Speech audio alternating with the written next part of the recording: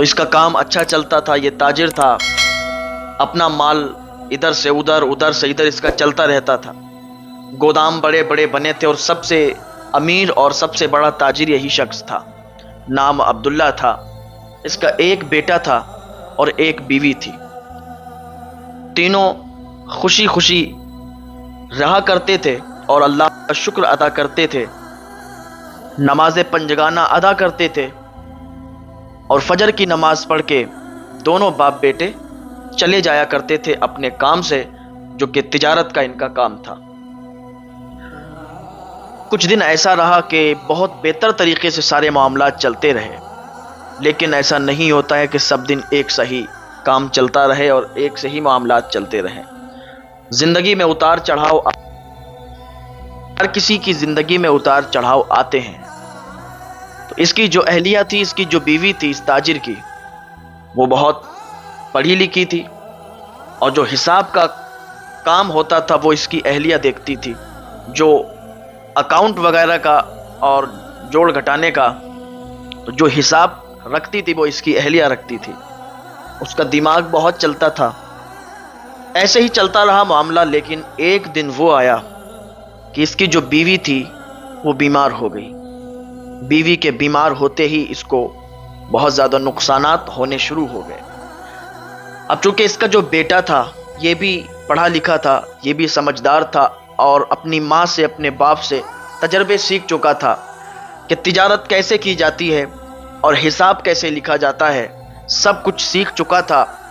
تو جب ماں بیمار ہوئی تو پھر حساب اس کے ہاتھ میں آ گیا، اور حساب یہ دیکھنے لگا۔ ابھی زیادہ بڑا نہیں تھا، چھوٹا ہی تھا، لیکن دھیرے دھیرے یہ سیکھ رہا تھا، اور حتی الامکان یہ سیکھ چکا تھا۔ کچھ دنوں کے بعد اس کی ماں کا انتقال ہو گیا، یعنی اس تاجر کی بیوی کا انتقال ہو گیا۔ جب تاجر کی بیوی کا انتقال ہوا تو ان دونوں کو بہت افسوس ہوا، تاجر کو بھی افسوس ہوا، اس کے بیٹے کو بھی افسوس ہوا۔ اس کے بیٹے کو افسوس ہوا کہ اس سے اس کی ماں بچھڑ گئی، تاجر کو افسوس ہوا کہ اس سے اس کی بیوی بچھڑ گئی۔ اب کاروبار کس طریقے سے آگے بڑھے گا، کس طریقے سے چلے گا، یہی فکر تاجر کو ستاتی رہی۔ بیٹا بھی ابھی چھوٹا ہے، سیکھ رہا ہے، حالانکہ سیکھ چکا ہے، لیکن گھر میں ایک عورت کا ہونا نہایت ہی ضروری ہے۔ اس کو یہ فکر لاحق ہوئی اور یہ سوچنے لگا کہ گھر میں صرف 2 لوگ رہتے ہیں، اور مالدار تو بہت زیادہ تھا، پیسے والا تو بہت زیادہ تھا۔ اس نے سوچا کیوں نہ اگر میں دوسری شادی کر لوں تو ہماری دوسری بیوی آ جائے گی تو ہمارا بھی خیال رکھے گی، ہمارے بیٹے کا بھی خیال رکھے گی۔ تو یہ فیصلہ ایک دن اس نے کیا، اور اپنے بیٹے کو بغیر بتائے اس نے ایک دوسری شادی کر لی۔ جب دوسری شادی کر کے گھر آیا اور اس کی بیوی ساتھ میں آئی، تو اب وہ تنہا نہیں آئی تھی، اس کے ساتھ اس کی ایک بیٹی بھی تھی، یعنی اس نے جس عورت سے شادی کی تھی اس کی ایک بیٹی بھی تھی جو اس کے ساتھ آئی تھی۔ اس عورت کا شوہر جو تھا اس کا انتقال ہو چکا تھا، بیوہ تھی، تو اس بیوہ کے ساتھ اس نے شادی کر لی، اس لیے کہ یہ بیوہ ہے، اس کے سر پر بھی کوئی سہارا نہیں ہے، اگر میں اس سے شادی کر لوں گا تو اسے بھی سہارا مل جائے گا، اور میرا بھی کاروبار صحیح سے چلنے لگے گا، کیونکہ گھر کے جو معاملات ہوتے ہیں وہ عورتیں اچھے سے نبھاتی ہیں۔ تو اس نے شادی کر لی اس وجہ سے کہ اس کو بھی ایک چھت مل گئی، اس کو بھی ایک شوہر مل گیا، اس کو بھی گھر مل گیا، اب یہ بھی آرام سے اپنی زندگی گزارے گی۔ لیکن لڑکے نے سوچا، اس کا ذہن بہت چلتا تھا، اس نے سوچا کہ چلیے کوئی بات نہیں، اگر والد نے شادی کر لی ہے، اگر ان کو اس بات سے سکون ہے تو کوئی بات نہیں، لیکن مجھے یہ صحیح نہیں لگتا۔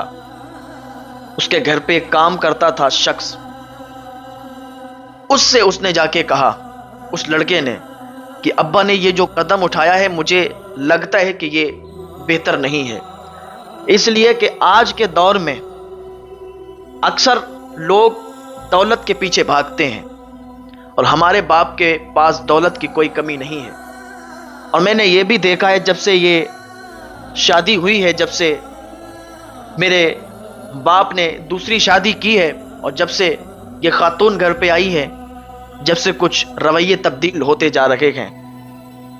میرے باپ کا بھی رویہ تبدیل ہو رہا ہے اور یہ جو نئی خاتون گھر پہ آئی ہے ان کا بھی رویہ تبدیل ہو رہا ہے. کچھ دن تک تو بہت بہتر سا معاملات چلتے رہے، لیکن تھوڑے ہی دنوں کے بعد وہ جو عورت جو نئی نئی آئی تھی گھر پہ، اس کے اصلی رنگ سامنے آنے لگے. یہ جو لڑکا تھا پڑھا لکھا تھا، وہ عورت یہ چاہتی تھی کہ یہ لڑکا کسی حساب سے یہاں سے نکل جائے اور میں ساری دولت اپنے نام کر لوں. اب وہ اس تاجر کے پاس بیٹھتی تو اس کے جو حساب، جو بھی کاپی اور جو بھی جس چیز پہ اس کا حساب لکھا رہتا تھا، وہ اس سے پوچھتی تھی کہ آج آپ نے کس طریقے سے کمائی کی ہے، آج آپ کو کتنے پیسے بچے ہیں، آپ نے کہاں پر کس جگہ پر کیا کیا لکھا ہوا ہے، آپ کا حساب کیسے ہے مجھے سمجھائیے. تاکہ وہ سمجھ رہی تھی تاکہ میں ساری یہ دولت اپنے نام کر کے اور یہاں سے چلی جاؤں یا پھر ان کو نکال دوں. اس نے اپنا منصوبہ پہلے سے ہی سیٹ کیا تھا، لیکن وہ جو تاجر تھا وہ اس کے جھانسے میں پھنستا چلا گیا. عورت نے اپنے جھانسے میں اس تاجر کو ایسا پھنسایا اور محبت کے نام پر اس تاجر کو پھنسانے لگی. وہ تاجر سمجھتا تھا کہ یہ محبت کرتی ہے، وہ تاجر سمجھتا تھا کہ یہ محبت کے معاملات چل رہے ہیں، جو یہ اتنا مجھ سے گھل مل رہی ہے اور اتنی جانکاری لے رہی ہے، ہو سکتا ہے میرے کاروبار کو آگے بڑھائے. تاجر اس پر اتنا فریفتہ ہو گیا کہ اپنے سارے کاروبار کی جانکاری اسے دینے لگا، اور وہ جو خاتون تھی وہ ساری جانکاری لے کے اور ساری دولت کو اپنے نام کرنا چاہتی تھی. لڑکا سمجھنے لگا تھا کہ یہ عورت، اس کا رویہ کچھ اچھا نہیں لگ رہا ہے. یہ عورت یہاں سے اگر جائے گی تو ساری دولت اپنے نام کر کے جائے گی، مجھے ایسا لگتا ہے. اس کے گھر پہ ایک بوڑھا شخص جو کام کرتا تھا اور بہت پہلے سے کام کرتا تھا، اس سے وہ اکثر باتیں کیا کرتا تھا کہ یہ جو نئی شادی میرے والد نے کی ہے یہ اچھا نہیں کیا ہے. جو نئی خاتون آئی اس کے رویے اچھے نہیں ہیں، یہ مجھے مانتی بھی نہیں ہے اور نہ ہی مجھ سے بات کرتی ہے، بلکہ میں اپنے باپ سے ملنے جاتا ہوں تو وہ مجھے باہر کر دیتی ہے کہ بعد میں آنا، بعد میں ملاقات کرنا، یا بعد میں کوئی بھی کام ہو تو بعد میں اپنا بتانا.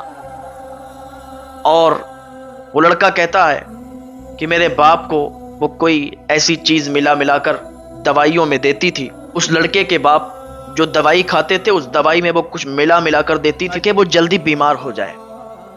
لڑکا کبھی کبھی چھپ کے دیکھا کرتا تھا، لیکن بتاتا اس لیے نہیں تھا کیونکہ اس کا باپ اس کی محبت میں اندھا ہو چکا تھا.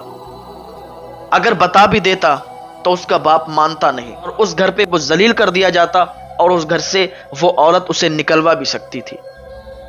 لڑکے نے پھر یہ کچھ نہیں بتایا لیکن اپنی آنکھوں سے دیکھتا رہا، یہاں تک کہ اس کے باپ کی طبیعت خراب ہو گئی.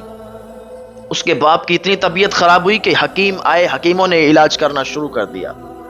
علاج ہونے لگا، دوائی دے کے جاتے، لیکن دوائی میں بھی وہ کچھ ایسے نشیلے پدارتھ ملا دیتی تھی کہ طبیعت ٹھیک نہیں ہو رہی تھی.